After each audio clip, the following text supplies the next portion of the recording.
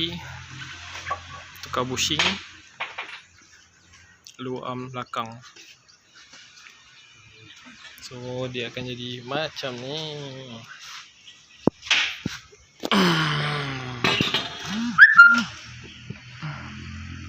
Bushing pecah. So dalam bekas ketul ni, tukarkanlah sekalian ni.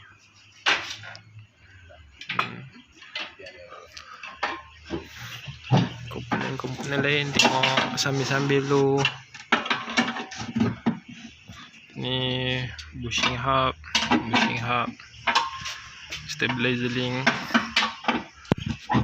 tulang anjing.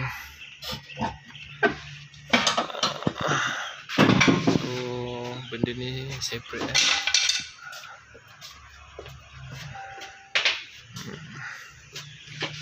Alright.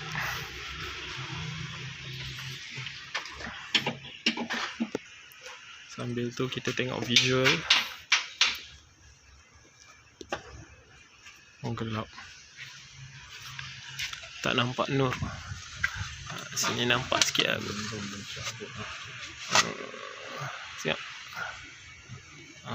Sini nampak nur sikit. So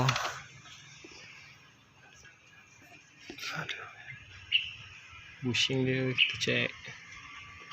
Ni sampah-sampah ya.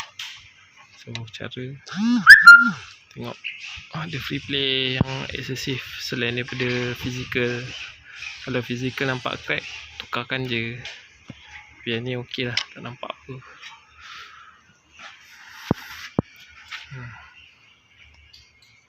So cun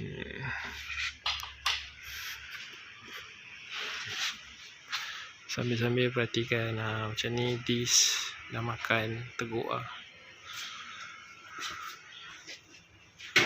So disc ni kalau boleh skim lah, tapi kena tengok ketebalan dia, ada spek dia lah. Setiap disc ada spek dia, minimum skim, minimum ketebalan dia. Dah okey boleh skim.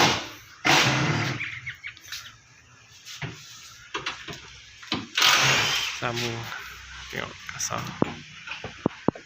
Walaupun brake pad tebal, nampak.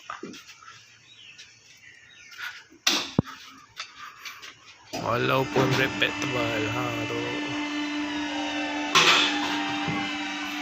Okey, sekian saja update daripada kami.